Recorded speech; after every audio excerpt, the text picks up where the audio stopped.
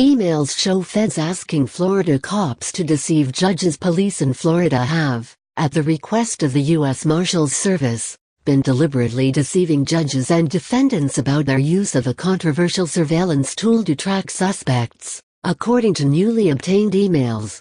At the request of the Marshals Service, the officers using so-called stingrays have been routinely telling judges, in applications for warrants, that they obtained knowledge of a suspect's location from a confidential source rather than disclosing that the information was gleaned using a stingray. A series of 5 emails, PDF, written in April 2009, were obtained today by the American Civil Liberties Union showing police officials discussing the deception. The organization has filed Freedom of Information Act requests with police departments throughout Florida seeking information about their use of stingrays. Concealing the use of stingrays deprives defendants of their right to challenge unconstitutional surveillance and keeps the public in the dark about invasive monitoring by local police, the ACLU writes in a blog post about the emails. And local and federal law enforcement should certainly not be colluding to hide basic and accurate information about their practices from the public and the courts. The U.S. Marshals Service did not respond to a call for comment. Stingrays, also known as IMSI catchers, simulate a cell phone tower and trick any nearby mobile devices into connecting with them, thereby revealing their location. When mobile phones, and other wireless communication devices, connect to the stingray, the device can see and record their unique ID numbers and traffic data, as well as information that points to the device's location. By moving the stingray around, authorities can triangulate the device's location with greater precision than they can using data obtained from a fixed tower location. A stingray, made by Harris Corporation. Click to open overlay gallery. A stingray, made by Harris Corporation U.S. Patent and Trademark Office. The government has long asserted it doesn't need a probable cause warrant to use stingrays, because the devices don't collect the content of phone calls and text messages, but instead operate like pen registers and trap and traces, collecting the equivalent of header information. The ACLU and others argue that the devices are more invasive than a trap and trace and should require a warrant. By not obtaining a warrant to use stingrays, however, police can conceal from judges and defendants their use of the devices and prevent the public from learning how the technology is employed.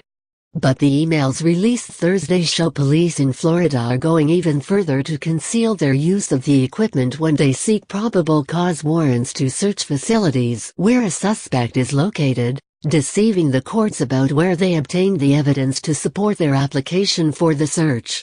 The initial email, which bears the subject line "Trap and Trace Confidentiality," was sent by Sarasota Police Sergeant Kenneth Castro to colleagues at the Northport, Florida, Police Department.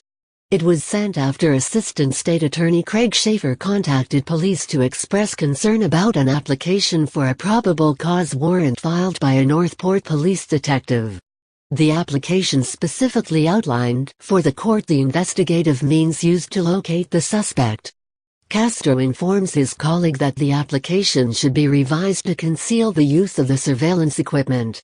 In the past, Castro writes, and at the request of the U.S. Marshals, SIC, the investigative means utilized to locate the suspect have not been revealed so that we may continue to utilize this technology without the knowledge of the criminal element.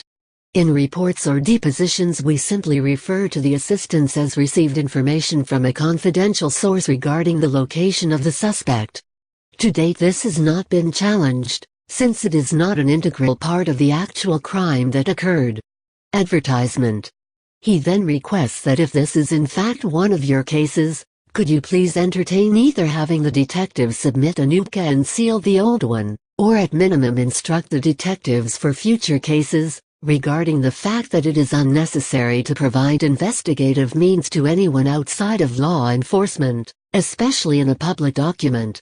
Captain Robert Estrada, at the Northport Police Department, later confirmed in an email, "We have changed the CA within the agency after consulting with the State Attorney's Office.